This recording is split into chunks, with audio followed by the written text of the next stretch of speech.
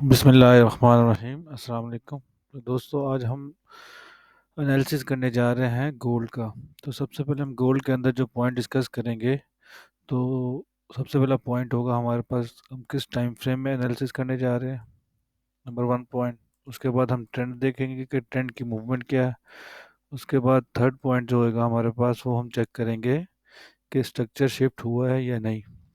जब कोई ट्रेंड टूटता है तो उसके बाद हम देखते हैं कि मार्केट का या गोल्ड का उस टाइम फ्रेम में स्ट्रक्चर शिफ्ट हुआ। उसके बाद हम देखेंगे लोअर लोज और लोअर हाइज और वैलिड डिमांड एरिया। और नंबर सिक्स पे हमारे पास आ जाता है, हम देखेंगे कि हमारी एंट्री कहाँ बन सकती है।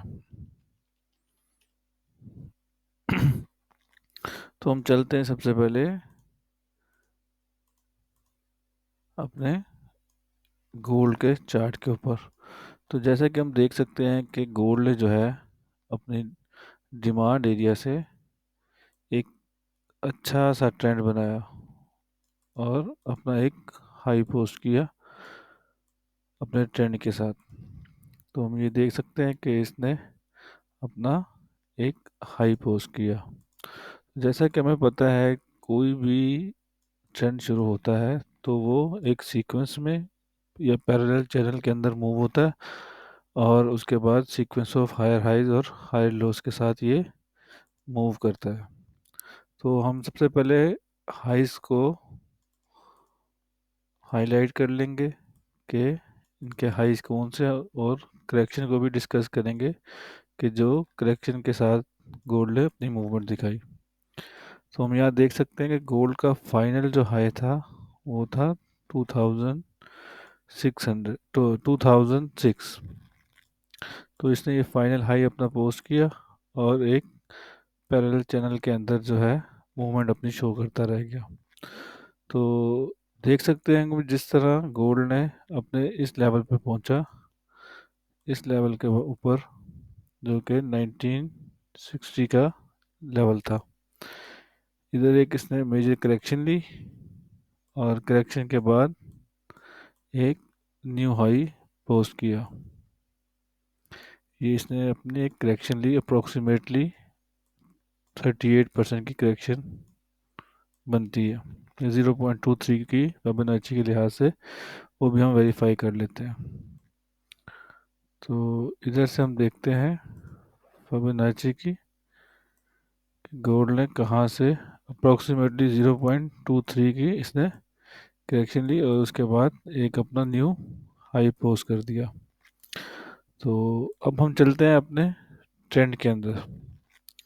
जैसे कि हमारा टाइम फ्रेम जो है 1 आवर है, तो हम यहाँ से देख सकते हैं कि हमारा टाइम फ्रेम 1 आवर है, और सीक्वेंस ऑफ हायर हाइज भी हमने डिस्कस कर लिए और ट्रेंड का टॉप भी हमने डिस्कस कर लिया। अब हमने देखना है कि जी ट्रेंड हमारा कहाँ से शिफ्ट हुआ। तो ट्रेंड जो हमारा जो है लास्ट हायर लो हम चेक करेंगे कि लास्ट हायर लो हमारे पास क्या था। तो हम देखा जाए तो हमारा लास्ट हायर लो ये पॉइंट बनता है 1955 से 1960 का। ये हमारा मेजर हायर लो था, जिसके बाद एक मार्केट ने गोल्ड ने एक अच्छा सा मूव दिखाया और न्यू हाई पोस्ट किया इन अ सीक्वेंस। तो कंफर्मेशन के बाद जो है हम देख सकते हैं कि गोल्ड ने एक पैरेलल चैनल के अंदर एक ट्रेड दिखाई। उसके बाद गोल्ड जो है अपनी एक मूवमेंट में इसने इस चैनल को ब्रेक किया। ब्रेक करने के बाद एक न्यू जो लो है इसने पोस्ट कर दिया, जो कि 1972 का लेवल है। 1972 के लेवल के बाद जो है, तो ये अपना स्ट्रक्चर शिफ्ट हो गया इसका, और शिफ्ट होने के बाद जो है इसने अपने एक रिटेस्ट फेज में हमारे पास आ गया। तो हम ये कह सकते हैं कि गोल्ड का जो लास्ट लोअर हाई है वो ये पॉइंट है। तो जैसा कि कोई भी स्टॉक या कोई भी कमोडिटीज आइटम या फिर को, कोई भी डाउन ट्रेंड शुरू होता है तो वो सीक्वेंस ऑफ लोअर हाइज और लोअर लोस शुरू कर देता है, अपने टाइम फ्रेम के अंदर। तो गोल्ड की मूवमेंट भी कुछ इस तरह से ही है। तो हम देख सकते हैं कि गोल्ड ने अपना एक बेरिश पैटर्न के अंदर, बेरिश चैनल के अंदर मूवमेंट शुरू कर दी, जो कि हम देख सकते हैं कि इस तरह मूव हो रहा है। तो इसे अगर हम देखें जूम करके, तो गोल्ड अभी तक जो है इसने हमें 1 आवर टाइम फ्रेम के ऊपर कोई भी कंफर्मेशन ऐसी नहीं दी कि हम इसमें लॉन्ग हो सकें for longer period of time के अंदर। तो अगर हम इसे ब्रॉडर वे में देखते हैं, तो ब्रॉडर वे के अंदर हमारे पास हमें कुछ साइंस जो है, कुछ एज पॉइंट्स मिलते हैं कि गोल्ड में हमें एंट्री जो है विद इन चंक्स ले लेनी चाहिए। उसकी मेन वैलिड रीज़न ये है कि सबसे पहले कि गोल्ड ने जो अपना लोअर लो पोस्ट किया था, अगर हम उधर से देखें तो ये हमारे पास एक राइजिंग वेज का पैटर्न जो है, फॉलिंग वेज का पैटर्न हमें नज़र आ रहा है। तो ये इसकी एक स्ट्रक्चर शिफ्ट होने की एक वैलिड पॉइंट है हमारे पास।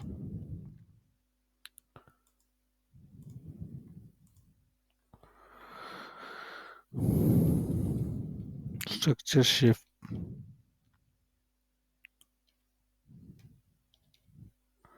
स्ट्रक्चर शिफ्ट हमारे पास हमारे यहाँ से हो गया था इनटू बुलिश इनटू बेरिश। तो अगर हम अपने सेकेंडरी फिबोनाची से हम इसे कंफर्मेशन लें, तो हमें क्या दिखाता है गोल्ड के ये कितने परसेंट रिट्रेस हो चुका है। तो हम देखते हैं कि ये अपने एक गोल्डन रेशो में गोल्ड ट्रेड आने की कोशिश कर रहा है, जो कि हमारा ये लेवल बनता है अप्रोक्सीमेटली। तो एक हमें पॉइंट ये हो गया कि हमारा जो मेजर डिमांड जोन है फिबोनाची के लिहाज से, वो हमारे पास लेवल बनता है गोल्डन पॉकेट,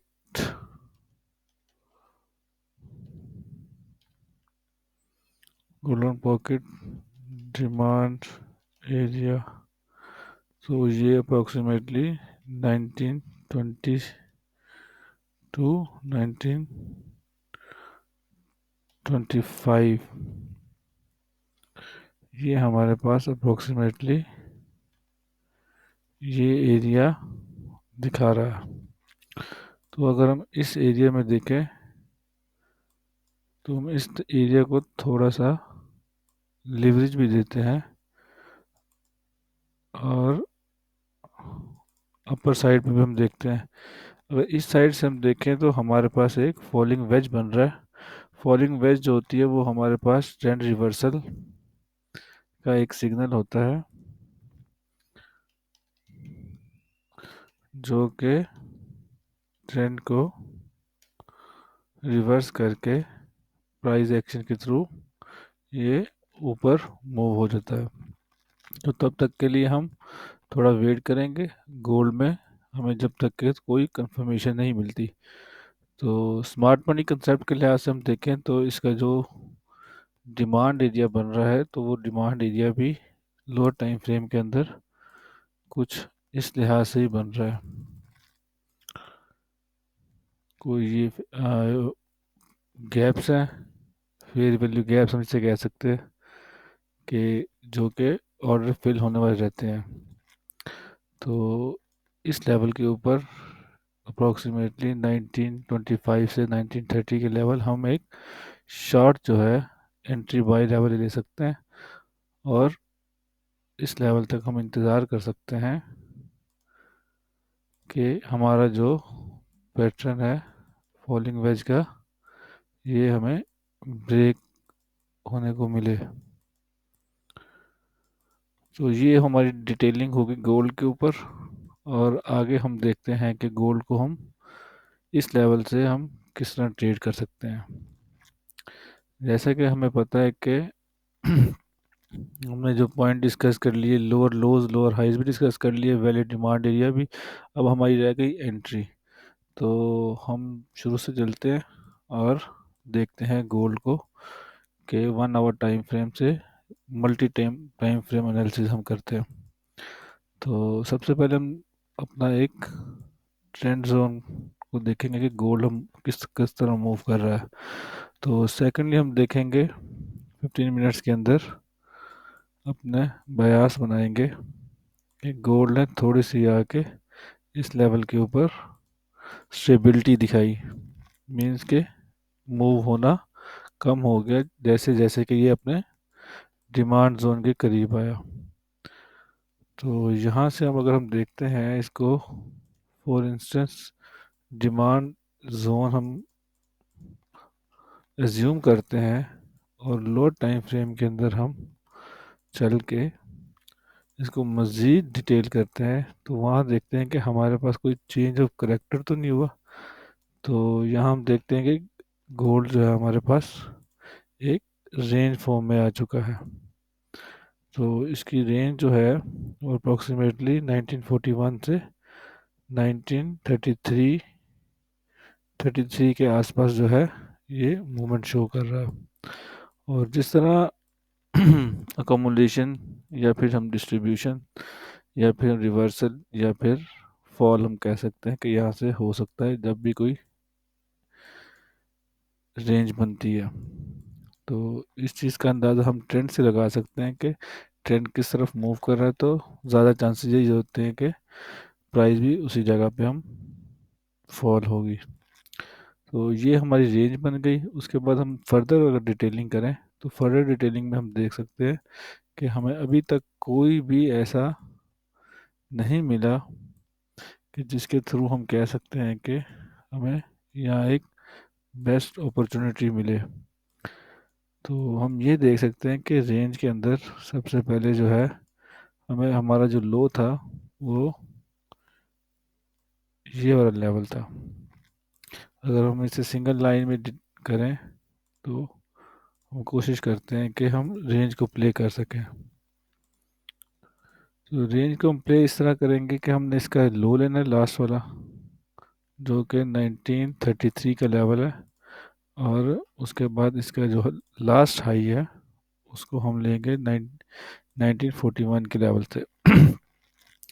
तो इस तरह हम देखते हैं, अपने एक इंडिकेटर लगाते हैं RSI। तो इसमें हम चल के देखते हैं कि हमें क्या सिग्नल दे रहा है। तो ये हमें इस लेवल से जो है ये अभी तक इसने डाइवर्जेंस हमें इस लेवल से शो करवाई, जो कि हम कह सकते हैं कि ये हमारी एक बुलिश डाइवर्जेंस शो कर रहा है। लेकिन रेंज में जब हम रेंज ट्रेडिंग कर रहे होते हैं तो हमें थोड़ी सी मिसकंसेप्शन होती है डाइवर्जेंस की। तो इसलिए हम इसे अभी निगलेक्ट करेंगे जब तक हम रेंज से निकल नहीं सकते।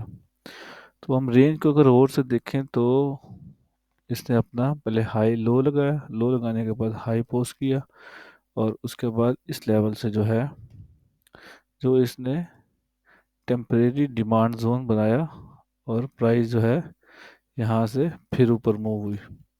तो हम देख सकते हैं कि ये नैरो डाउन हो रहा है, और नैरो डाउन होने के बाद जैसे कि अजम्पशन है कि इस एरिया से गोल्ड ने पुल बैक लिया था, तो हम थोड़ा सा यहाँ से एक लगा सकते हैं एक आइडिया के यहाँ से पुल बैक आ सकता है विद स्टॉप लॉस ये रख के, जो कि 1933 का हमारे पास एरिया है। स्टॉप लॉस बिलो 1933, और प्रॉफिट जो है हम जो अपना टारगेट जो है सेट कर सकते हैं इस ट्रेंड लाइन की बेस के ऊपर, जैसे कि ये ट्रेंड लाइन है। और अगर हम मज़ीद नैरो डाउन करें तो हम इस ट्रेंड लाइन के साथ भी हम प्ले कर सकते हैं। अगर हम यहाँ एंट्री लेते हैं तो हम यहाँ एग्जिट कर सकते हैं 1938 के ऊपर। तो हम अपना एक बना लेते हैं यहाँ से by side movement.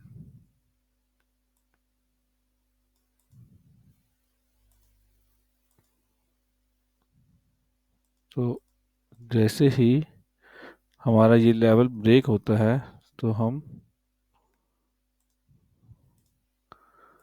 Bye stop का ऑर्डर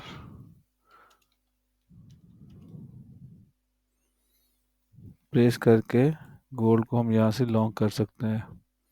तो यहाँ हमारे पास एक हमारा टेकिंग प्रॉफिट एरिया आएगा,